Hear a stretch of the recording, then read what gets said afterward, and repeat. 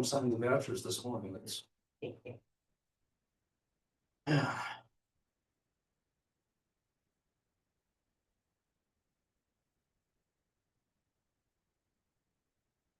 We have got lots to do tonight. So let's go ahead and get into this.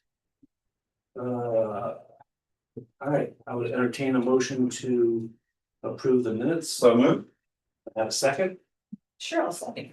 It's gonna be quick here, folks. I did read them. All right, all in favor, say aye. Aye. Aye. Any opposed? None heard, motion carried. Look at that. I hit 70 while somebody. Sorry, No worries. Lord fight for Guy Barton, for Yeah. President Trump. All right.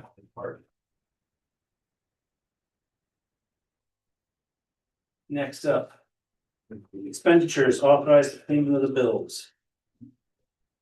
Would you like me to? Oh.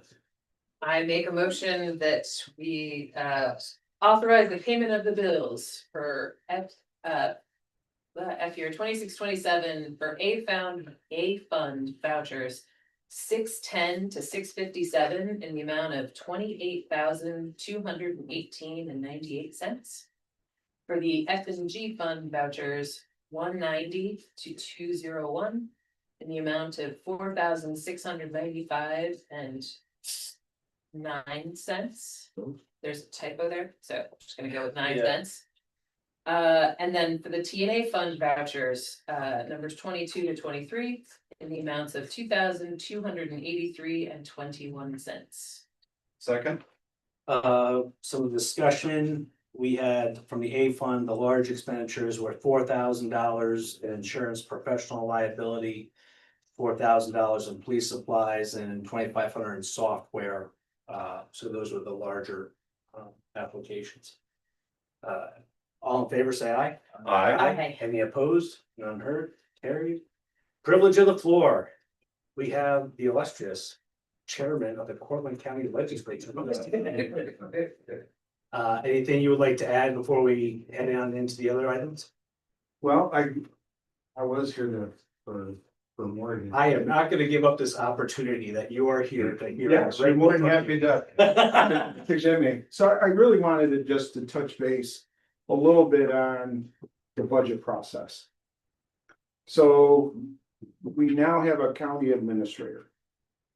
This is actually Mike Ponticello's first solo run. During the time of last year, we had budget and finance, we had the finance committee, legislative driven on doing that. And then I had this thought. Because one of the things that people, have always commented about is the transparency of our budget. So looking at it, and the other thing is to try to separate legislation, the legislators from day-to-day operations. Because that's not our job. Our job is not that. But in previous years, it has always been that. And no offense, legislators can get in the way. So having Michael Ponticello where he is, he's a professional that we were very deliberate with that. And now what we're gonna do, he's the budget officer for the county. So we're gonna give him that opportunity to be that. So he's been working with the departments, giving them an overview of how to submit the budgets, what he's looking for. He's collecting those. And then he is taking and really massaging at the very first to find out where is Cortland County. Today, Cortland County is 11.5 million. Right, that's without doing anything. That's just everything that the departments put in. That is looking at the shortfalls of the state. That's the shortfalls of the federal government, just to see where we're at. Then what he's gonna do is he's gonna go back into there and he's gonna work with the departments to find out where they're at. See what they can cut and everything to be able to put his budget together to propose. Then I will be having a meeting of the whole for the legislature. It's anyone can attend, it's gonna be online, all that good stuff. So that the public can actually see where is Cortland County with him. The legislature at that point is gonna direct all questions. Get some guidance on what's he looking at and all that to find out where it is. And then what that will end up doing is that will go to the finance committee, which is legislative driven. And then they will do their massage as well to find out where we can go before they approve it, and then it goes to the full legislature. So everybody has that opportunity to really go in. Public, because it's a finance committee, still can come into the committee and observe and, ask some questions that are directed to that budget before we end up going to have public hearing. So that is a little bit of a change. Some legislators are just like, but legislators always have the powers and or whatever to go to the county legislator or to the administrator, and they can always work with it. And that was one reason why, like with your legislator here, Mr. Cleland, he's on the finance committee. I placed him on there because, he might have great ideas and stuff, and we need to be able to massage those ideas from the legislature to give to the county administrator so that he can really take a look to say, is it something that we can do or it doesn't work, So that's the way that this is gonna work this year. It's a little bit of a test run. We might be able to improve it a little bit, but we are gonna make sure that the process is moved over to the county administrator and worked out that way first. So any questions or suggestions? Go ahead. My question is just like, what is the change? Cause I mean, Oh, okay. So the change used to, where it used to be was that every standing committee. So every committee, like HHS, Health and Human Services, they have a lot of departments under them. That committee then went through every department's budget. okay, And honestly, again, we're not the professionals. So you'll find a legislator that says, well, what, cut this out, just get rid of it. And then you're like, oh, well, we can't do that because that's mandated. So that's why, getting our hands in it now just really makes it all cumbersome for it. So, yeah. You brought up one of my favorite words, and so I'm just gonna ask, I'm not trying to needle, but is it possible to designate mandated costs? It is a term that is often used to. Well, it's often used, but seldom enumerated or never enumerated, so. On our website, we do have that. Okay, We have those directed as the mandates that we have. The mandates that are funded, partially funded or not funded. Okay. So those are there. Yeah. thank you. Kevin, thank you for coming. Oh, yeah, Thank I mean, anytime you want me here, just give me a call. I'll You're not here. let you do it when we get a little closer to budget season. Yeah, Just bring in one of those. yeah. And then the other one, real quick, is just to remember August 31st, 7 o'clock. Is the chairman's roundtable meeting with the municipalities. Yep. And it's here. That'll be, downstairs. So that is huge. I think, right now we're up to 14 out of the 16 municipalities, which we haven't had that in forever. Yeah. So we are gonna touch base a little bit on, countywide assessing. If that is still something that people want. Emergency services, looking at that as well. And then you can touch base with Michael, cause he's there. So that'll be working.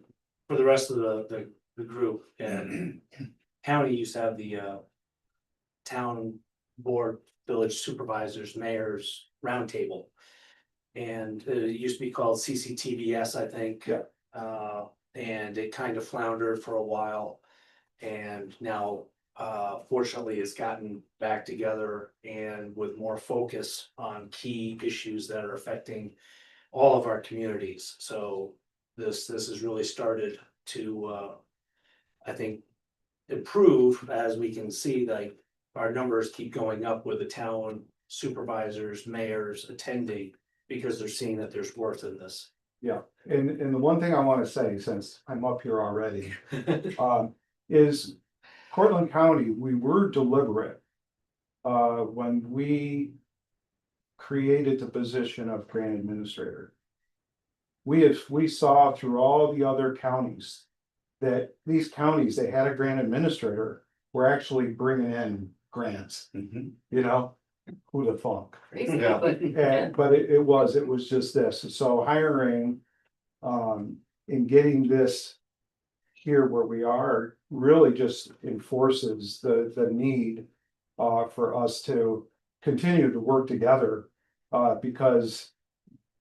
Morgan is just top notch on my scale. You're gonna get it. Yes. to the coordinator. So having that and having her here. I mean, this was one of the focuses that we wanted, was to work with the municipalities. And what you're gonna do today, for that is really, I think is gonna flourish and it's gonna move out into the other municipalities. Because I think there are some municipalities, we don't want any help, or we don't want this, but they're gonna lose out. Mhm. And I think this is really a testament for, our engagement with each other, to getting this taken care of. So I'm happy. So are we. with that, so, Exactly. okay, thank you. Thank you. And I'm gonna move this around, so I know, Emma, we're gonna get you close, but I wanna get Morgan out, so I think Morgan. Uh, Awesome. yeah, Well, thank you guys so much for having me. I do have some exciting news and thank you, Chairman Fitch, for the nice words. I very much appreciate that. So some of you may remember back, I want to say probably February time, we put together an application for Empire State Development. Their county infrastructure grant, in hopes of funding, our water tank storage, project, as well as the Arbor Brook Flats development. As of last week, the governor did announce that we did get awarded the full $1 million, so I'm very excited to announce that to you guys today. Very exciting. I want to talk a little bit just about the process of getting there. One was back in January, February, the county put out a call for letters of interest where we had municipalities and developers submit projects and proposals, where the county had a review committee that went through and scored and reviewed applications. Because the Village of Homer and Arbor Brook Flats had such a great application and it had such alignment with not only Empire State Development's priorities, but Cortland County Strategic Development Plan. It addressed our housing crisis that we're currently in, community development, economic development, all those things. We move forward with your guys' application. And here we are, we got awarded, so we're very excited. I want to talk very briefly about timeline. The governor just announced it. The county is still waiting on our award letter, which will probably take about a month. From there, we will then get assigned a project manager and then a compliance manager where we will work with them to fill out any necessary documents and requirements, where we can get our contract based on previous experience with Empire State Development in this particular grant program. Very conservatively, I would estimate that we would get our contract November, December. Fingers crossed, maybe things move a little quicker, but I just want to be conservative on that timeline. Once we get that timeline and all our MWBE requirements and all those things, we should be able to get things started in early winter, mid-winter. So fingers crossed, and I'm happy to take any questions. And of course, our director of planning, Trisha, has been an instrumental part of this as well. She's on vacation, so I'm just filling in for her as well. But her and I are happy to take lead on this, and if there's any questions, please direct those to us and we can answer them in a timely fashion. But if you guys have any questions tonight, I'm happy to take them as well. no, I just really wanna say thank you. I mean, this is preparation meets opportunity. And we've been working on the water tank for a while and the crosstalk between us and the county. And they said, hey, if there's an opportunity, and we were ready to go very quickly. And this is gonna be just not only helpful for the residents of the village, but for everybody in our area. So, and I wanna say really thank you to Morgan and Trish, because you guys did the heavy lifting on that and your teams to make this happen. Thank you. And I just also want to emphasize too, the leveraging of the public-private partnership too with our River Flats. It really did make a competitive application. And just to back what Chairman Fitch also said, is just the collaboration with municipalities. I do try to get to board meetings all the time, and I love to hear what you guys' projects and priorities are, where I can find opportunities and forward them along and help where I can. So please keep those coming. I know we've already done that, so but please, that's what I'm here for. Yeah, so I saw the article in the paper, which is great. Can you just clarify again what the $1 million is for? Is it just for Arbor Flats, or you also mentioned the water tank? Is it both? So the water tank storage project is the majority of the funding. However, in order to get the Empire State Development Funds, we had to tie it to a housing project where it created 10 new housing units. Village of Homer had a great proposal with tying to Arbor Flats, with this 36 new housing development units. So some will go to like the public infrastructure needed for that, such as like the roadways and things like that, but a majority of the funding will go towards the water tank storage project. Just wanted to clarify. Yeah, thank you. That's perfect. Any other questions? Awesome. Morgan, thank you so much. Yeah, thank you guys. All right. Mm. Emma. Well, And that's a great. that's probably because you got a long ways to travel too after this. So. Perfect. Let's see, I don't like this. It's easier, I think, if you stand over there. Stand over here. Yeah. Tim's friendly. Nice. It's a little small, so you'll be getting an electronic version of this as well, so you might need to squint a little bit, and I apologize. Do a lot of this. Yeah. Nice little handy dandy use of conservative AI. Yes. To assist with our graphic design. Like it. But while Dan's getting our prepared PowerPoint together, I'm super excited to be here tonight for what we typically call the confirmation of direction for our comprehensive plan. So for those of you who may or may not be aware, the village is undertaking a smart growth comprehensive plan funded by the Department of State through their Smart Growth Community Planning Grant Program. And so we started this process beginning of last fall and really picked up speed in the spring. Earlier this summer, we had our first public workshop for the planning process, which was super great at Center for the Arts. And so we're getting to the spot of where we need to kind of check in terms of provide an update of where we are in the planning process. We've been working with the steering committee very diligently to get our planning foundation in place, which I'll get into a little bit, because then the rubber really starts to meet the road from this point forward. Perfect. And so we can, once you're ready, Dan. Jeez. It's all good. Technology is never anyone's friend. There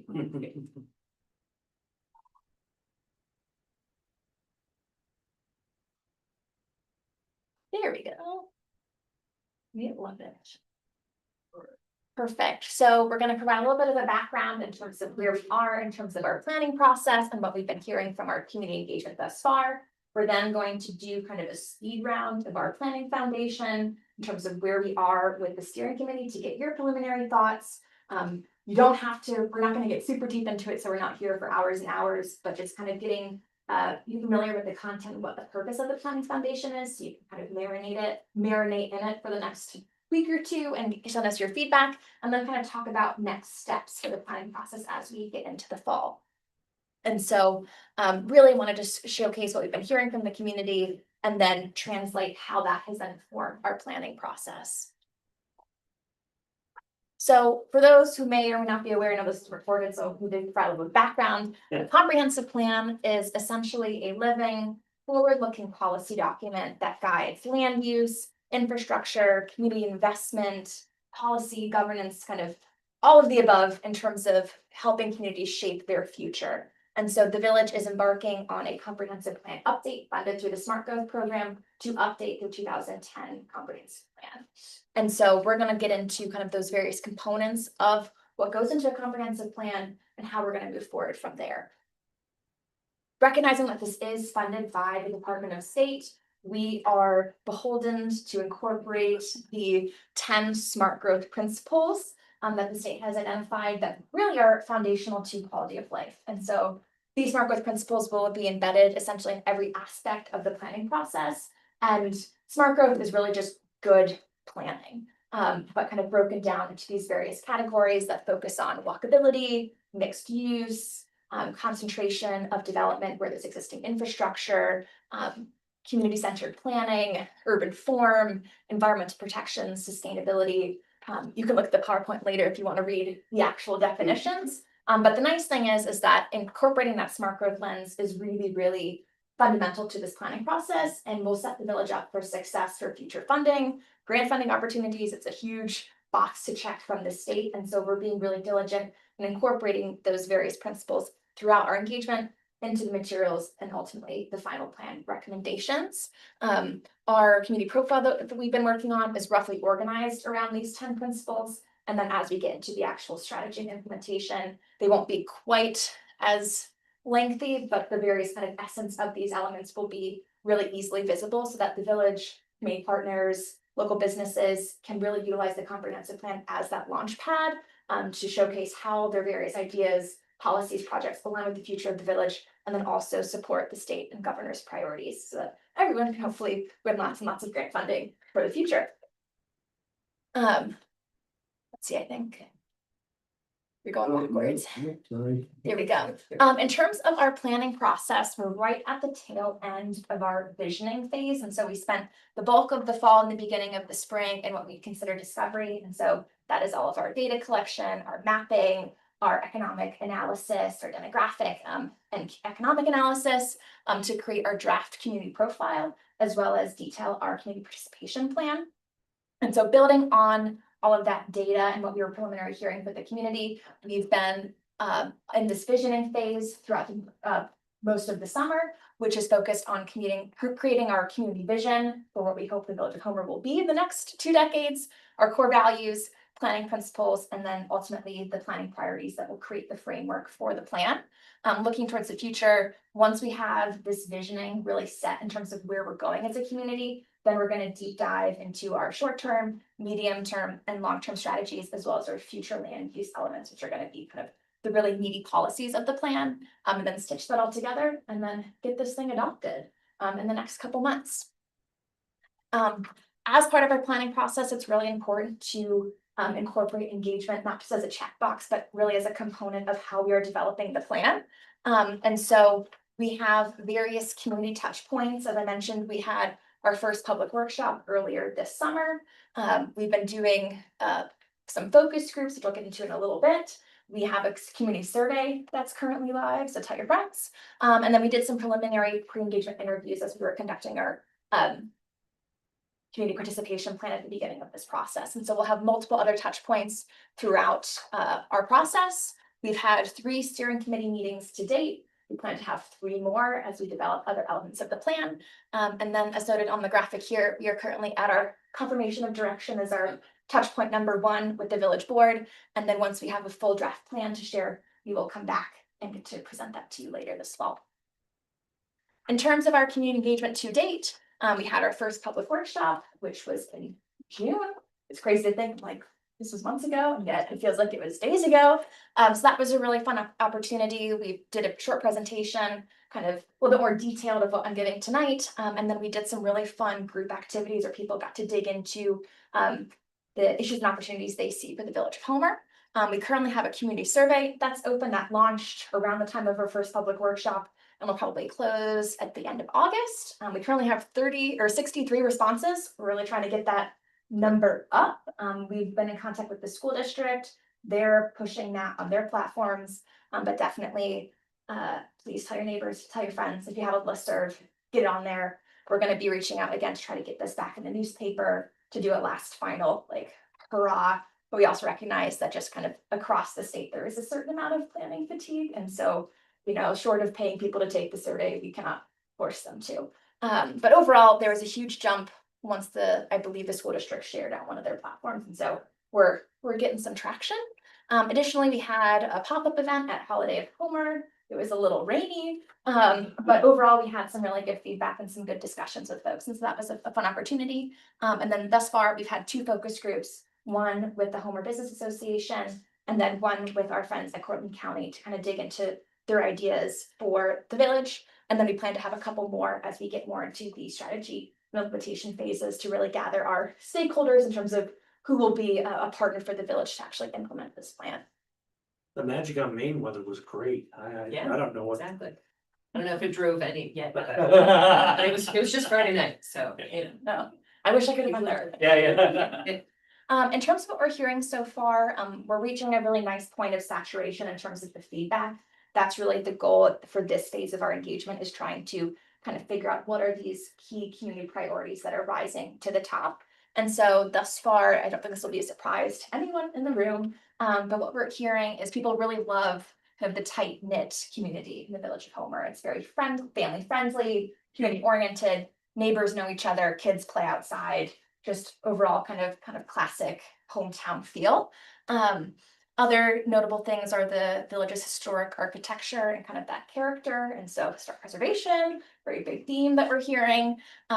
Just the array of community events and activities, from the rec department to Center for the Arts. People really see that as a valuable component to the quality of life in the village. The downtown vibrancy, so building on all of the investments of the downtown revitalization and how that's moving forward. Getting businesses into storefronts and really creating that active downtown environment. Also recognizing Homer's regional location. And so it's a pretty nice spot in central New York. You can get to Syracuse, you can get to Binghamton, you get to Ithaca. If I needed to live out in this region, I'd probably choose this to minimize my drive time. So that's pretty cool. Other aspects that people love are the village's walkability and kind of pedestrian connectivity. I've told the mayor that my first time here, I remember just seeing gobs of kids on bikes, and that was so cool to see just everyone out. It was a beautiful spring day. Other notable assets are the arts and cultural resources, as well as the parks and recreational amenities. Then things that need improvement or areas for opportunity to incorporate within our planning process. The community is definitely recognizing kind of continued population decline over the past couple decades and what that does to the tax base and the village's financial capacity. The need for affordable quality housing and the ability to age in place. A lot of people want to be able to stay here throughout all phases of their life. And so how can we support housing development that enables that? Thinking about how we can enhance waterfront connectivity and recreational trails. And so the Neoga River, and like how can we get people to that in terms of fishing access, recreation, trails, all the above. Thinking through pedestrian and bike infrastructure and just general road safety. And so while there's pretty decent sidewalk connectivity in certain parts of the village, there are some of these outer lying areas that are missing those critical safety components, as well as when we think about broader multimodal transportation infrastructure, recognize there are state county roads that kind of limit our ability, but so the goal for this is to think big. And so if that's something that's important to us, getting that in the plan to hopefully push county DOT to incorporate those elements to create a safer transportation environment. Other things that we're hearing are trying to improve the Route 281 connectivity. So kind of the major transportation corridors that connect Homer to the broader regional environment. Adaptive reuse of underutilized properties. And so building on the work of the DRI and identifying a couple strategic sites to either further activate downtown or connect some of the underutilized areas to get more properties on the tax base and just reduce blight in the village. Other opportunities are to kind of further enhance the arts, culture, and heritage tourism opportunities within the village. So building on the Center for the Arts, building on the historic legacies of kind of these founding former residents of the village. So there's a lot of opportunity there. Diversifying local businesses. And so we have heard that in terms of what is the composition of the downtown in terms of retail, restaurant, services, creating that kind of full service environment so that people ideally don't have to leave the village to meet their daily needs, or if they want to come have a cute little recreational weekend, they can stay here for that duration. Other things that we're hearing are the need for kind of year-round recreation. This is kind of something we see across the state of, April to October is fantastic, but what do you do in the winter? Particularly as it relates to recreation. And also we've heard a lot of feedback about like the tween to teenage years. There's a lot of programming for young kids, adults, but kids outside of the school district and kind of formal recreational programming through them. There isn't a lot of other opportunities that are not sports based or that are kind of cost prohibitive through arts and culture. And so thinking through how do we create kind of that full service environment. And then similar to the water tank, just broader infrastructure needs and incorporation of green infrastructure to improve sustainability, reduce kind of flooding risks or urban heat island effect, all those things that just improve quality of life. So building on everything that we've heard thus far, this is the fun bit of thinking through how do we take what we're hearing and funnel it into something that's actually useful for the village and the community. And so the building blocks of a comprehensive plan are really critical in terms of historically, they're usually these 300-page documents that are super dense, very engineering, like you gotta get to page 100 before you get to anything of substance, which is not our goal for the village. And so we were trying to create a very usable, comprehensive plan. And a key foundation of our process is to create what we call the planning foundation. So this is really the building blocks for the implementation of the plan. And so our planning foundation includes our community vision. So what are we hoping the Village of Homer will be in the future? Our core community values in terms of what do we as a community, how do we plan to kind of behave and act? Our planning principles, and so how do we translate those values into kind of how we're going to shape the built environment, and then our planning priorities. And so this all right here really creates the base, and then everything else flows through there. Because our goal, traditionally comprehensive plans are like 16 different chapters, like housing, infrastructure, sustainability, they're all separated, but in real life, the governance of a community is not siloed in that way. And so we like to create a plan that's a little bit more connected and recognizing how everything works together. So this fun little graphic that our graphic designer here kind of shows you how the various elements kind of create this center core block, and then we'll kind of build on that. And so the vision statement is the first piece of the planning foundation. And so our vision statement is essentially our shared aspiration for the future of the Village of Homer. And we typically write our vision statements intentionally in the present tense as we are versus we will be or we will aspire to be, right? Because it's like we are manifesting this for the community. And so we're essentially, when you read it, we're thinking Homer 2 decades from now, we are this. And so our vision statement's very long. The steering committee got a couple different options and they chose the more lengthy version, but they feel that it really embodies the kind of spirit of the Village of Homer. And so for those online, do you want to read it in your head or should I read it out loud? Read it out loud. Read it out loud, okay. The Village of Homer is the ideal blend of small town charm and modern innovation. Conveniently located in central New York, our walkable downtown and neighborhoods, along with our distinctive and diverse architectural character, create a welcoming and family-friendly environment where residents and visitors alike feel at home. Our neighborhoods offer quality, affordable housing options that support people of all ages and life stages, while downtown Homer and the surrounding commercial corridors thrive with local businesses that provide convenient access to everyday goods and services. Connected to the Tioga River, we protect and celebrate our natural resources, preserving clean water, expanding access to our recreational amenities, and safeguarding our region's natural beauty. Our rich mix of cultural and heritage assets positions Homer as a regional hub for arts, culture, and heritage tourism. Our community events, thriving school district, and accessible public spaces cultivate connections and create a shared sense of community identity. Guided by a commitment to both tradition and progress, our local government honors the past while planning for the future.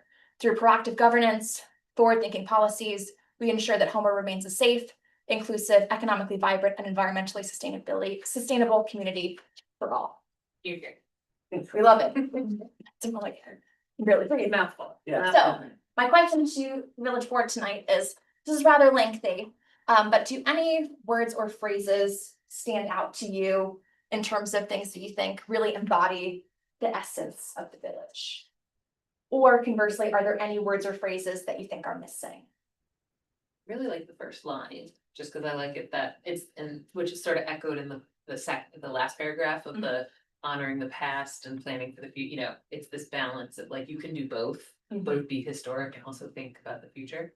The only tiny word I might consider adding is in the last line of that first paragraph, where it says that provide convenient access to everyday goods and services. Mhm. I wonder if it might be useful to say like, something like unique, cause everyday goods and services to me is like going to the grocery store. Uh-huh. But there's also like all sorts of other stores that are more unique, that Mhm. offer, like the clothes, like, so I just wonder if there's a way, like, whether it's the word unique or something to kind of differentiate of it's not just the everyday stuff for us who Mhm. live here, but also the unique, cool things that like antique store kind of, Mhm. like that kind of, like visitors might appreciate. Nice. Love it. Cool. I already had my 2 cents with the steering I committee, figured. so, this is, Yes, this is all y'all. exactly. Perfect, well, you can ruminate on it, and if you have other thoughts, you can send me an email. Then building on that vision statement, we have our core values, which we really leaned on what we've been hearing from the community to help kind of create these foundational, these values. And so these are essentially kind of our commitment to how we're gonna operate as the village and what we're going to uphold. And so we landed on 3 core values, which will be connected, sustainable, and entrepreneurial. So it's a little bit of aspirational, a little bit of kind of already who we are. And so in terms of being connected, we will lead by example, creating a culture of governance guided by active participation and a shared sense of community pride. We will foster opportunities for human connections to protect our way of life, where neighbors know each other and kids play outside to ensure the village is a welcoming and inclusive place for all.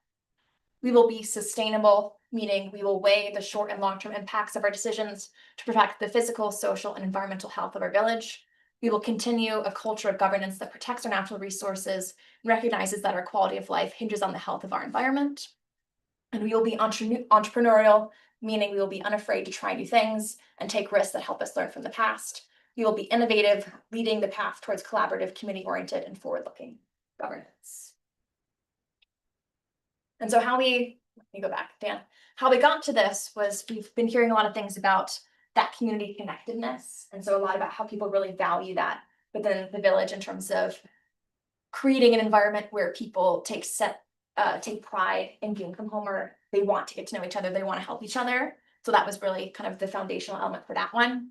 In terms of sustainable, this is kind of hinting at the holistic lens of sustainability from the smart growth perspective, of it's not just environmentally sustainable, but it's being physically sustainable, as well as recognizing the kind of social sustainability that goes into all those other elements.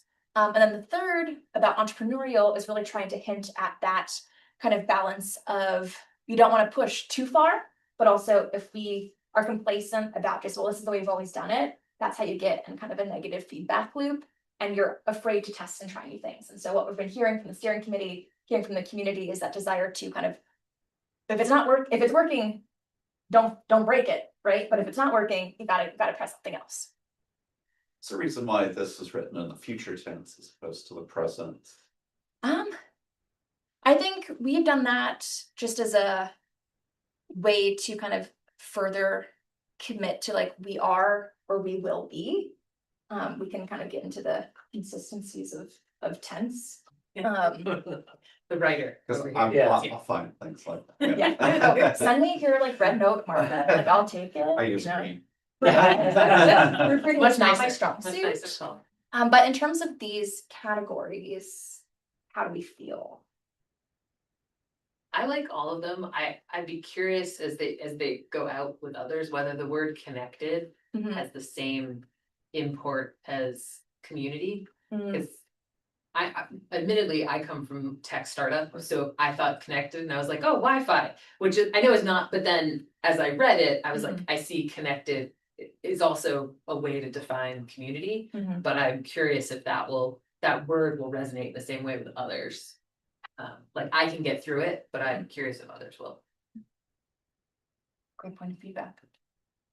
So then building, and I think we'll ruminate on this, and once we kind of have your thoughts and the steering committee's thoughts, we can put this on the project website and get feedback from the community as well. And this will be a kind of a core element of our second public workshop of kind of fine-tuning and wordsmithing.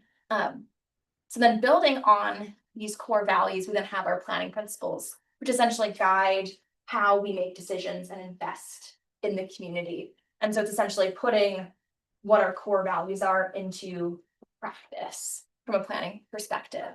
And so our 4 foundational planning principles are protecting and strengthening our assets, setting a high standard, planning for the long term, and then embracing creativity and innovation. And so it's interesting because these are interrelated, so we don't want them to be constantly like beating people over the head of like the same elements, but they all need to be interwoven together so you don't have core values that are then completely dichotomous to your planning principles. And so for the goal of, or the principle of protecting and strengthening our assets, we prioritize decisions that build the long-term health of our community, and we consistently invest in ourselves to build capacity and improve quality of life. We are committed to setting a high standard, so we cultivate a culture where we are proud of what we accomplish. We uphold our standards, showing that we respect ourselves and remain committed to building long-term value.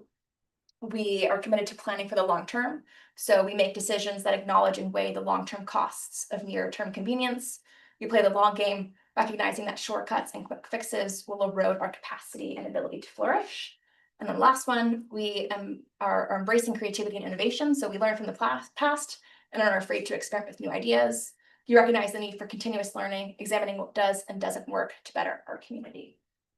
And so we're really trying to think of when we're viewing projects as the village board or the planning board or community advisory committee, it's thinking about how do those projects align with these goals, right? So how are they helping strengthen what already exists or building something new in the village? Are they setting a high standard in terms of the village is pretty cool? And so how is that advancing us as a community? How is it planning for the long term, right? And so when things are challenging, you're not taking the easy shortcut, but rather thinking about what is going to be the best for our community decades from now, and then embracing that creativity and innovation. And so not being afraid to learn from bigger cities, small rural towns, who really think about how can we take the best practices from international, national, and apply it here in Homer. Thoughts? I always have thoughts, so, but I'll let, go back one second, so the question I had was, for the first one, protecting and strengthening our assets. Mhm. I think of assets normally often as buildings, but I also think community, right, so people, and I just wonder if the word people should fit in there somewhere to make sure it's clear that one of our assets is the people of our community. I was thinking heritage, so that's one of our. Oh, there you go, assets, too. yeah. See, heritage, like that. Yeah, well, You'll be happy in the next couple slides. Don't worry. But no, I like that as and I think too, like we could get into it of like assets or resources or, you know, Exactly. like a lot of these terms can be somewhat interchangeable. I just know in planning, like, I'm like, oh, it's gotta be about buildings and things and whatever, and I like to make sure we highlight that the people are also part of that. I like that, because like that's ties back to the vision statement and that kind of connected aspect of it's really the people who make the quality of life. Other thoughts? He's already dumped all of his thoughts. no, I was looking to see if Tim. Perfect. And so then building on the vision, the core values, and our planning principles, we then have our planning priorities, which are essentially, we've decided kind of, or preliminarily, 4 priority policy areas that we think will have kind of the biggest impact in moving the needle to improve quality of life in Homer. So instead of having housing like individual chapters dedicated to each kind of siloed element, creating kind of overarching buckets or umbrellas of categories that will help enhance and make Homer even better than it is today. And so these 4 areas will kind of be the structure for the bulk of the plan, and our implementation matrix will then be kind of tied to each of these categories. And so in terms of the actual projects or policies that will advance these categories. And prefacing, we've made them broad enough that as conditions change, we can be flexible, but we don't want them to be so broad that they're not actually useful to anyone. And so you'll see that we've tried to kind of cast a wide net. So it does encompass essentially everything we've been hearing, but into roughly kind of overlapping Venn diagram circles. So our first planning priority is maintaining and improving residential quality of life. And so under this category, We will expand quality and affordable housing. We will develop housing for all ages and life stages, and we will preserve Homer's architectural character and charm. And so as you can see from these goals, this is really focused on housing and that architectural character, because that is something that is really rising to the top from our engagement. And so there's other things that could fall under here, but in terms of those key priorities that we're hearing, those are the 3 things we think fall under here. The next priority area is strengthening economic centers. And so we will have a vibrant downtown and active commercial corridors. We will foster entrepreneurialism and a local business community that meets the needs of residents. We will preserve our historic assets and leverage heritage tourism opportunities. And so this one in particular is trying to think about, we've been hearing a lot of feedback about the downtown is doing pretty good. There's always opportunity for improvement, but it's really those other corridors connecting the village. And so we want to make sure that that's represented in here of the need to do both, and it can't just be one or the other. We've been hearing a lot about supporting local business community, and so getting a goal in here in terms of continuing to support that. And we don't really want big box stores. We don't want nothing, but how can we connect with our resources to do that? And then we've been hearing a lot about the heritage tourism opportunities. And so how can we really leverage them as a regional destination or national destination? So then our 3 and 4 priorities are enhancing vibrancy and connectivity to recreational and cultural assets. And so we will create waterfront connectivity to the Tapioga River. We will position Homer as a regional arts and culture hub, and we will preserve and cultivate our public spaces, recreational assets, environmental resources. And so this kind of category is, I wouldn't say a catch-all because I don't want it to seem like too laissez-faire, but thinking about, we've been hearing a lot about greater waterfront connectivity, and I know that was a priority in the DRI, and so making sure that that comes through into the comprehensive plan. We've been hearing a lot about regional arts and culture, and so how can we further leverage assets like the Center for the Arts and other community resources to really kind of further niche down into that as a destination. And then continue to enhance our recreational assets. And so village parks, community organizations, all of the above, those are really other essential elements to quality of life. And so making sure we have something in there. And then our last priority policy area is cultivating beautiful and safe neighborhoods and streets. And so this is thinking more of our kind of infrastructural assets. Some of the goals are a little bit broader so that we can make sure that multiple types of projects fit within this bucket. But so we will maintain and improve our essential infrastructure. We will enhance pedestrian and multimodal connectivity, and we will uphold our community-oriented way of life and sense of safety. And so this is really trying to hint at, you gotta have infrastructure to really build anything, have good quality of life, can't have flooding, gotta have electrical power, gotta have Wi-Fi, right? We've been hearing a lot about that pedestrian connectivity and walkability, and so that really needs to be in here. Also is a huge element of smart growth. And then we have been hearing stuff about community safety, and so the need to kind of get that in here is we want to uphold that in terms of that connectedness and ensuring people feel safe. Thoughts on the planning priorities? You probably need like I got the no most comment on this variation. one. There we go. No, Nice. So reflect. I'll be emailing you guys these documents again so you can look at them. I'd ask that if you have feedback to please get it to me in like the next 2 weeks, because it's really fundamental that we incorporate that to keep us moving before our next steering committee meeting. As soon as we have our planning foundation set, we will then jump headfirst into our action items and strategy and future land use mapping, which is going to be super exciting to think about. Like, cool, we have this. So what are we going to do about it, right? Because that's really the importance of this plan, to take it from just a document into an actual usable tool for the community. And then from there, we'll keep moving forward. In terms of upcoming engagement, and so we are now in August. I can't believe it. Pretty crazy. Our next steering committee meeting will be in September, where we'll focus on our future land use mapping and our implementation action items.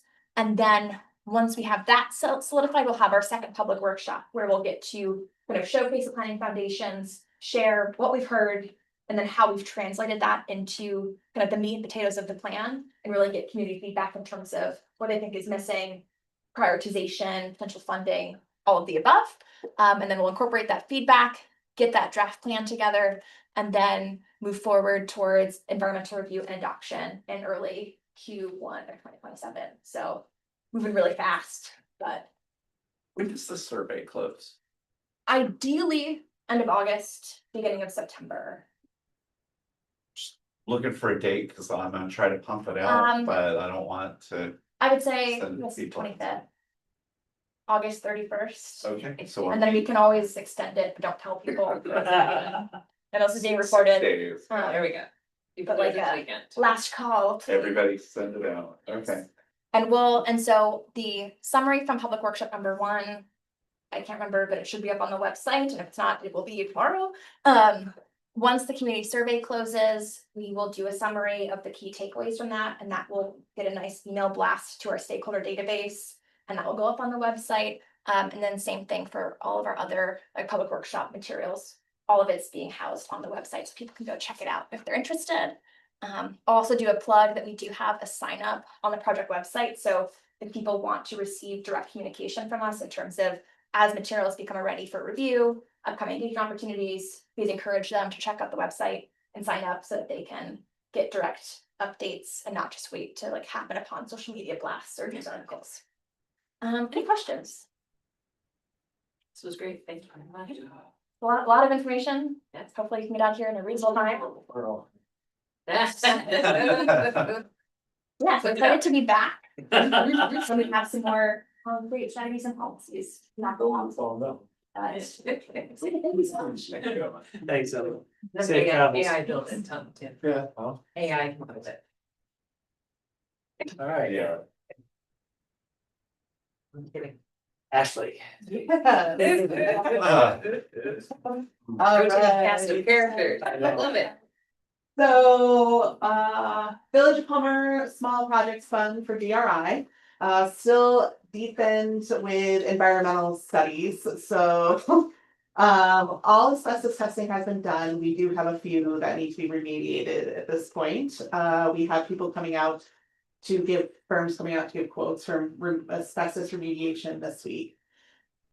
On to kind of the big one is our environmental assessment, which we hired CNS to do all the sites.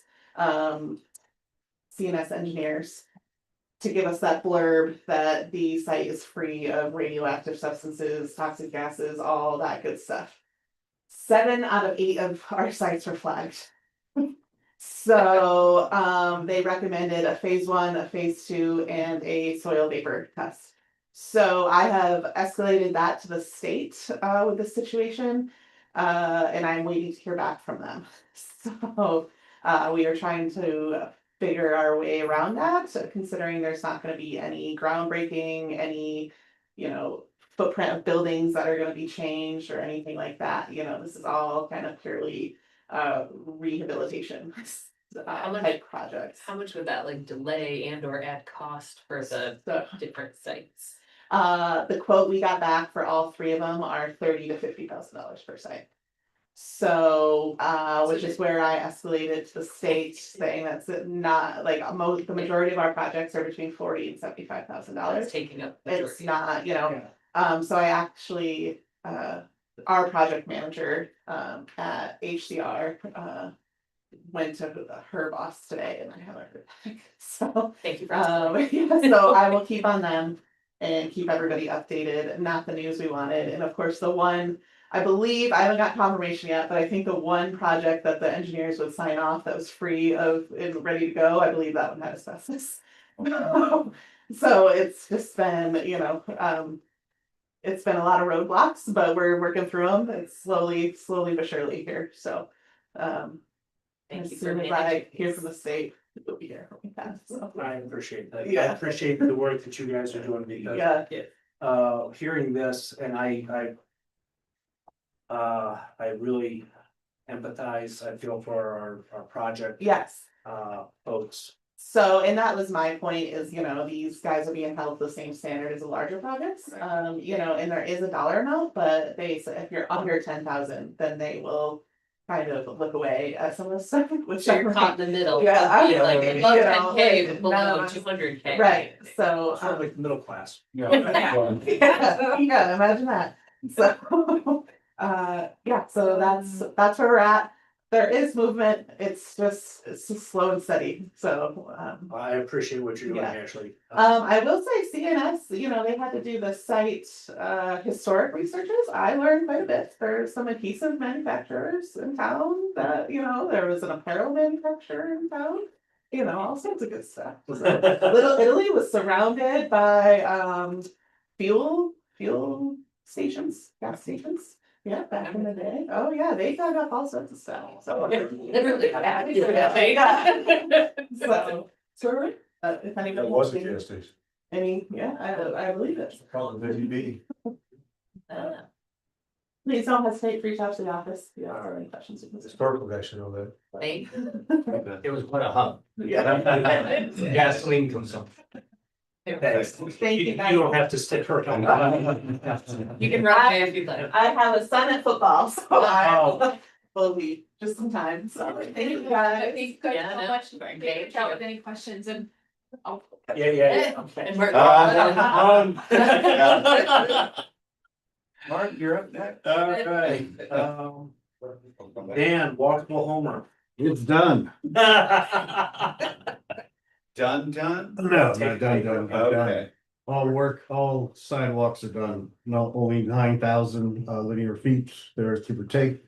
You can see on page 3, the expenses to date, and then the reimbursable share, because as you all know, this is a lovely 50-50 grant. Bulk of that reimbursement has come in over the last couple of years, but we're barreling down to a final report. CNY, RPDB needs their final payments, so to get their stuff. And then we'll do a closeout and put this one to bed. Okay, is it crazy that, are we doing this again? No. Just, Well, in our comprehensive plan, we talked Right. about walkable streets. I'm just asking if this. We are not doing any more 50-50 units. That's, I know, it's the 50-50. Okay, No. but, okay. Got It's, What's all on it when he's not? it. There, yeah. when he goes takes a vacation, look what happens. No. He's like, I'm never taking a No, vacation again. no. I just have some concerns about our staff, mental health. Well, there's And that. and our DPW of mental health because. Awesome. Yeah, so, No, I recognize the 50-50. It was more, I forgot the walkable homers of the table. Great. so we're winding down on this, lessons learned, there are some benefits, absolutely, but, would we do this grant, this particular grant as it is again? I would recommend against it, just because of the time consuming nature of it, not only for, the fact that it cost us $180,000. And that's not including the time and material that our DPW guys spent working on sidewalks when they could have been doing some other things. So the benefits, yes, we got some great sidewalks, and so for our residents to understand, the sidewalk work was part of this grant. But sidewalks are a homeowner responsibility. Will we continue to look and see on ways that we can better offset this cost? Absolutely. I'm looking to start a sidewalk commission, so if you're interested in that, please let me know. Because there's things that we can do to be proactive. But I'll be glad to see when this grant in particular is fully put to bed. I'd like to see us take care of some of the sidewalks in front of the Center for the Arts, especially with folks coming in to see shows. There's a lot of. Refer back to property owner. I understand. There you go.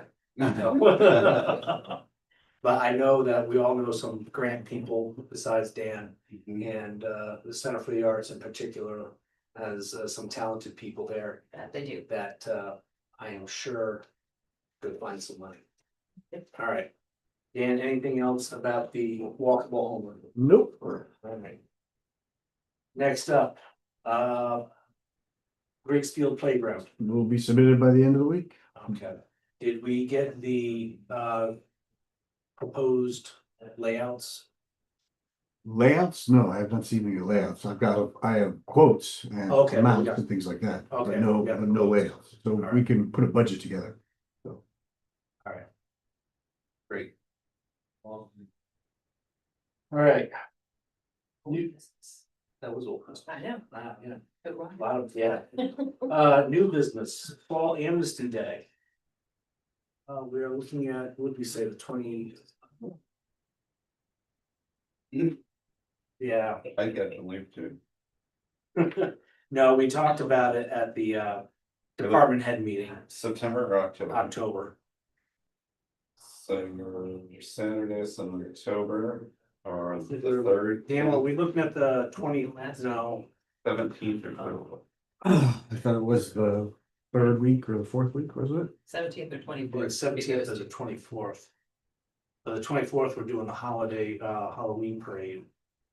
It's not 30, not on the 30th. No, we'll get to that later. Yeah. Okay, so it's probably the 17th. So, Are you asking me? or- no. Okay. Be figuring out. This is the discussion to figure out what day you That's want what it. okay. So, trying to think, I think the 17th, It usually has been in the middle of the month. yeah, Go with 17th then. so let's go with the 17th. Tim, you good with that? Yeah, it's the weekend before it's Columbus Day weekend. In Yeah. case we don't want to do it on holiday weekend. Right. Is that the day you read it? That's what I'm trying to remember, I think he did, but. I can't remember if it was either the 17th or the 24th, and if we're doing the holiday parade on the 24th. Oh, they play with the 24th, so. Let's do it on the 17th. What's that? I can text them again, but I thought he said 17th. Yeah. I'll just do the 17th because the Halloween. Yeah, just stay away from Halloween. Alright. So motion to, I would entertain a motion to have the Fall Amnesty Day on the 17th of October. So moved. Second, Second. all in favor, say aye. Aye. Any opposed? None heard, carried, moving on. Alright. Which brings us to the Recreation's Halloween festivities. So some people are wondering why we're doing it on the 24th. Which is the week Saturday before Halloween, which is also on a Saturday. Now, what the recreation department was doing was, it was the Saturday before Halloween. So if Halloween was on a Sunday, Monday, Tuesday, Wednesday, Thursday, Friday, it was the Saturday before. Now it just happens to be on a Saturday. So still doing it the Saturday before. Now, part of the reason for that is there will be a lot of other things going on Halloween day. Yes, and the night before, because usually the Friday night is when the elementary school does their trunk and treat thing. So- I think. Or is that gonna be? the This will be a Friday? trunk and treat on this one. So in order to help alleviate some congestion and overload on our police department, fire department and DPW, we're gonna keep it on the 24th. Syracuse got a big home game that day, don't they? Huh? Syracuse got a big home game, everybody up there. Well, there you go, true. So, Oh, all right. yeah. I talked with Andrew about it and we're good with, we'll do it on the 24th. Got it. So on Halloween itself, I assume people will still trick or treat. Will Oh, there be yeah. any services? Cause I know like the fire Fire department Halloween, usually yeah. does. Yeah, They'll probably do the candy check then. Okay. fire department will do the candy check, my home police department will be out. Okay. So, okay. All right. Well, I shouldn't say that, but I'm assuming. Will likely. Okay. Next up. The New York State DOT's Route 281 left turn lane project. I think we've hammered this one enough. Does anybody out there not know that we're not doing roundabouts anymore? We're doing left turn lanes. I think. We got that covered. So, DOT sent me an email. They've got the school lined up. I'm just waiting to hear back from department heads. I think we're on, was it the 21st, Dan? Yeah, I think so. And want to make sure that there's no other conflicts going on. Does anybody know of anything? Before I lock that in with DOT? Not seen anything. Okay, so if I don't hear back. By COB tomorrow night, I will lock in the date. It'll be 21 October, 5 to 7 at the high school. More information will follow on that one. So Lily, I'll make sure that you guys get the actual, no kidding, in case I'm wrong. Which has been known to occur on behalf. I hope it's wrong. So, all right. Next up, So the circus house, I got an email from their architect. And they are applying to have the Six Hotel House, 161 South Main, put on the state and national historic register. I've already reached out to our village and town historian and the Landmark Society, and they have written letters of support. I emailed you guys a draft. I'll make a motion that you sign this letter. Trustees. Okay, second, Second, I also have a any question. further discussion? Yes, would it be useful to add other places that we have in the village that are like mentioning we are a historic district that we, or will that distract from? That distracts, and Okay. so, That was my question, and I was like, I'll just ask tonight. yeah, so I've got, You're not in historic district. That's. no, Well, but but if you the- talk about the Within the rest. village of Homer, because we have other historic, I wasn't sure if it was helpful to say this adds to a culture of his history as opposed to So the soul. Landmark and Martin have provided, Longer done a letters. lot, and so I, We don't need to then, right, Overdo when it. looking at some of these things, what they're looking at for is not quality so much at this point, but quantity. Yeah. The quality is here, got we it, are providing the quantity, cool. so, all right, so we have motion, second discussion, any further discussion? All in favor, say aye. Aye. Aye, any opposed? None heard, motion carried. Let me sign this right now.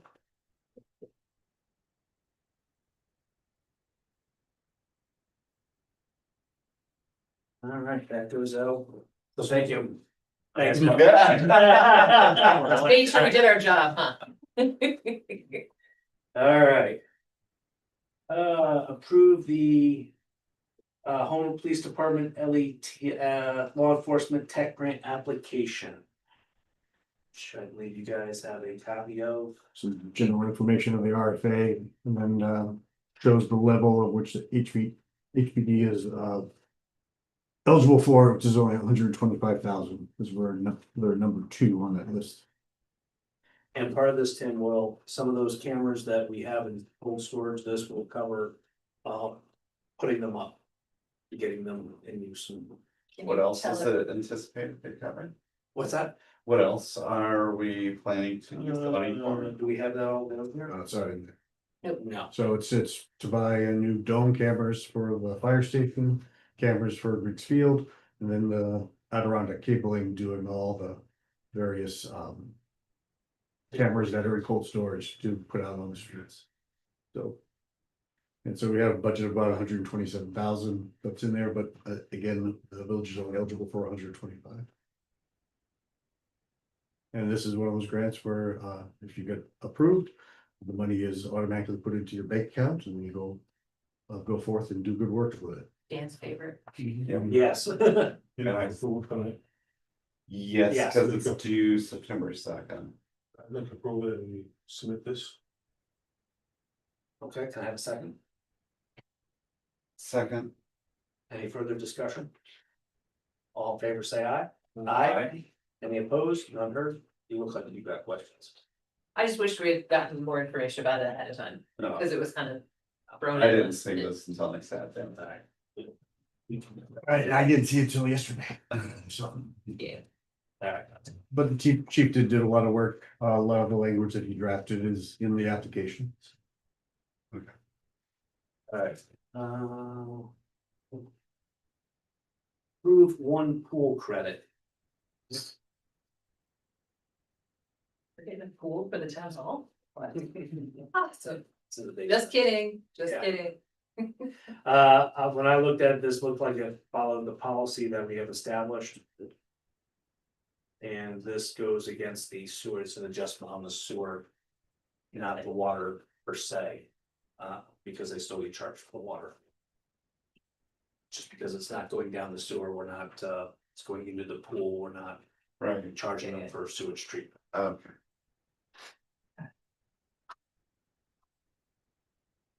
Move to approve the pool credits. Do I need to name the address? Nope. Okay. I have a second. I will second. Any further discussion? All in favor, say aye. Aye. Aye. Any opposed? None heard. Do we need to say anything about the amount? It's just, on this page here is out, the 13,000. No, I know, I'm saying, when we made the motion, did we need to say the amount or no? Dan, I don't think so, but you're so, well, you know, we can still, our policy is over $50 goes to the board. That's why it's in front of the board. this is 88.90. So. Would you like me to? Would you like to amend that? Sure. Sure. I will amend my motion. And say we will approve the pool credit in the amount of 88. There it is, $88.90. I'll second that amendment. Okay, any further discussion? All in favor, say aye. Aye. Aye, any opposed, none heard, motion carried. All right. Approve one resolution. Resolution authorizing the notice to proceed for contract number 1B, electrical construction for the Village of Homer new water storage tank project. Whereas the Village of Homer is the owner of the Village of Homer new water storage tank project, and whereas the village's engineering consultant for this project, Barton Rudis DPC, was retained by the village to prepare contract documents for the project to assist the village with bidding the project in accordance with general municipal law, and to assist the village with construction administration and construction observation. And whereas Upstate Companies One LLC has submitted the lowest responsive bid for contract number 1B of the project. And whereas the village awarded contract number 1B, electrical construction of the Village of Homer new water storage tank to Upstate Companies One LLC for the base bid in the order amount $78,500.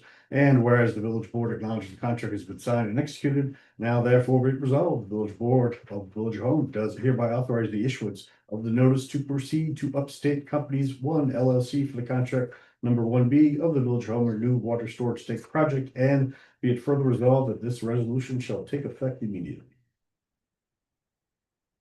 I have a motion. So moved. Second. Weapon. Discussion. All in favor, say aye. Aye. Any opposed? None heard. Resolution carried. All right, now, My turn. yes. I only have one thing, and it really is a universal comment for anybody that might be listening. You have two things, but go ahead. I have two things. Yes. Okay, well, Do your first. My and then first let thing me is- answer. I don't know if everybody saw it in the Portland Standard today, but there is a scam out there that's targeting municipalities specifically. And anybody who makes an application to the county planning board. So if anybody's getting an invoice from the county planning board, please don't pay it. Disregard it, throw it in the trash. The county planning board does not charge for their services, so anything they're asking for is likely a scam, and you should call Trisha if you have questions. Now, the second thing is I didn't get a chance to grab you before we got started, so sorry about the ambush here. It's all good. Code book. Oh, yes, yes, so we are in an exciting position with our code book. So at our first meeting. At our September meeting, first meeting in September, that's what I was looking for. We will be adopting the code book. So I need you guys to make a motion to set up. So the public Set a hearing public date, hearing. really, that we need the language of the local law itself to be published. Are we amending the code book? Are we? We are updating it and making it electronic and online, so it's searchable and readable, and this has been like 10 years. in Yes. process. That would be great. We need to get off the pot. And is it perfect? No. Will. Does it once- advance things? Does it advance things in more ways than we can imagine? Especially for our residents. Right now, we've got probably about 15 code books out there with a bunch of sticky notes. Mhm. And who knows which one is the most up to date? By passing this, getting it online, everybody will be on the same sheet of music. And anytime we make a change, we can do it electronically and it populates everything. Cool. And it's just, it'll be fair to our residents. It's what we expect. All right, content management system for code. Absolutely. There we go. Okay. So, So do should we I need make a a motion to make that we're gonna do a public hearing? Set the date for the public hearing. Date and I time. will, yeah, I will make a motion that we set a a date for September 8th as a public hearing to approve the new code book At 6 o'clock. at 6 o'clock PM. I cheerfully second. All right, so any other Yes. further discussion? All in favor, say aye. Aye. Aye. If anybody wants to say no, keep your mouth shut. What I'm most excited about is not having to carry that blue little book around with me in my car. Yes. So I may be a little flippant with this, So punchy here, a little punchy, but this code book was it's a good update, good started governance. before I took over as trustee. So fun before I fact, became a trustee. My grandpa was a trustee, Yes, and this started when he was deputy mayor. Back in what, 2014, maybe? yes. It only took 12 years, that's fine, So. but hey, so we're closing it, this team is the one closing it. We're gonna get it through, so. So no, I'm gonna replace your small little heavy blue book with something that's bigger in blue. Just for fun, Just for- just I'm so excited. good door stuff, Yes. Yeah. All there right. you go. It's the one that I shift around in my back seat whenever I'm trying to figure out Yeah. which side I need to use. Okay, anything else, Noah? Nope, I'm all set. All right. Comments by board members. I'm gonna start with Mike. Well, I'll let you all talk about fun things like, Magic on Main. That email this morning from EV Connect, I responded. I saw your. But I figured I would bring it up at this meeting. We should not reconnect the Current. swap the plugs. We should not try to get this current piece of infrastructure to limp along for any longer due to the security concerns. Basically, the way I read it was we wouldn't be able to charge for the kilowatts if we were to activate it. So we will continue to explore grant opportunities. I'm looking at one that I'm hoping is gonna open up in September. I'm really concerned that winter is coming and we won't have charging infrastructure. We've got one, Dan and I are having a Zoom meeting tomorrow at 10 o'clock. Regarding a possible Option. NYSERDA option. That might be the one I was The same looking one. at, is that the employee Maybe open part to of the it. public, but if you're putting it in for employees kind of thing. This is a little bit different. Different, okay. Yeah, but will be more to follow on that one, Okay. so, all right. Thank you for bringing that up. I'll do the Magic on Main to just say it was a great event. Thank you to all of the people who came. I think I was talking with Stephanie. I think she said it's been the highest attendance Magic on Main that has happened. So and thanks to the other trustees while sat at a table. It was a lot of fun to hang out with all of you and also to speak to residents who came by to ask questions about why we were sitting there, but also, you know, about the community survey, et cetera. And so I'll just say a public thank you to Stephanie Kozlowski. I know Pam and Stacy were also on the committee and kind of the rest of the folks who helped pull it together and all the businesses and folks who participated because it was a great event. I'm laughing because I wonder how your cold hot dog was. Hmm? I wonder how your cold hot dog. Yes, because I purchased hot dogs and then I may have talked so long that I didn't eat them for about 45 minutes. How long? At least 45 I minutes. think Tim it's still was, longer. Tim was it might have been a full hour Whole that I hot sat there, dogs. but they were still good because they were Hoffman hot dogs. So, yes. And then she looks at me and says, "Are you gonna talk?" I said, "Well, you were doing a good job." I need my hot dog. Possibly I'm good at, chatting. I enjoy chatting with our residents and anyone else who came to the table. Tim? Same thing, I think it was. On that. You forgot to bring up the most important part. I think next year, if we're gonna do this. Village trustees. Mhm. Yes, thing, the sign. Nobody knew. We need a Everybody banner. look- They look at you, just keep on walking and then look, and you walk, oh, what's this table? So. I think the two ladies said, we should have a sign on it, says village trustees, so we should look at that. Yeah, left you something to talk about.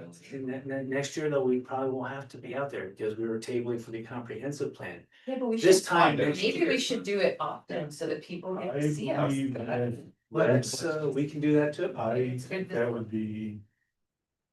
regularly thing, because I think if a lot of people, when I walked down there, and he said, where were you guys, where were you sitting? He said, those trustee things, oh, I didn't see that down there, so. Even if it's just for open questions. Yeah, sounds good. Tim's, Give you Tim's a gonna piece of mind. organize. Yeah. Okay. Maybe next year they buy the rich people. Yeah. No, I will Offer. play that card. Mike offered, I offered. Finally, happy belated birthday. I just wanted to tell you, prime rib and lobster tail, Uh-huh. Mediterranean soup was awesome, I said. Big party for your And I birthday. brought the prime rib home. Anything else, Tim? Okay. So Reed wasn't able to be here today. He just wanted to, he put some things out. He is forwarding his public comment policy to the county attorney's office for review. For those that are not aware, currently at the county legislative meeting, you can only speak on privilege of the floor on items that are on the agenda. He would like to amend that to have a separate privilege of the floor at the end of the meeting. So that if you have anything you want to talk about, if you're spending time, taking time out of your life to go to a county legislative meeting, that you should be able to talk about whatever you want to your legislators. Next thing up is he is going to be having another district meeting on Tuesday, September 15th at 6:30 PM at the Homer Center for the Arts. Those who are interested can go to his website at www.legislatureread.com to RSVP and or submit a question in advance. RSVP is good, but I know that if you just show up, that'll be fine as well. So. All right. Oh, so there. Is this flyer. Measles cases on the rise throughout New York State, so the Cortland County Health Department put out a flyer. Talk to your PCP, get a vaccination. It's too easy. All right. Already, our illustrious attorney already talked about the fraud. So I won't harp on that. Let's see, fire department sent something out. Yearly maintenance and testing is being wrapped up. You may have seen some of the fire hydrants being flushed. Courtesy of Newton Waterworks. Let's see. Yearly fire drill at the Brewster House will be conducted on August 27th at 2:00. This is something that they have to do every year for staffing certifications and safety, so. Thursday, 2:00, you see everybody outside the Brewster House, relax. It's yes. All right. And that's the highlights there for everybody. We talked about the $1 million grant, which is awesome. We talked about that last time. Nope. All right, and then. We do, unfortunately, that's, Magic on Main, awesome, okay, I can't say good enough things about everybody. Truly a collaborative effort, HPD, former fire department, the Magic on Main committee. DPW was out there making things happen, so really, good things, what makes us wanna live here. If they come in about the banner, ladder truck is out of service. So the banners are gonna be hanging for a while. I mean, I know they come in looking for the banner, so, Right. Okay. or someone goes, why is the banner still hanging? I tried. We just wanna keep the memories alive, it's not a. I called the chief and says, hey, I'm gonna be at the state for 13 feet, so I can take that down. He goes, "Oh, I'm right about it." So. Just in case, it's asked. Lily, you are last person standing. Me, how It much is. is left? Do you have any questions for us? No, all good. All right. Now, unfortunately, we do have to go into executive session for section 105 in the state officer law entailing personnel matters. Move to go into Oh. Yeah, go ahead. executive session, 7:25 PM. Second. Any other discussion? All in favor, say aye. Aye. Aye. Any opposed? None heard.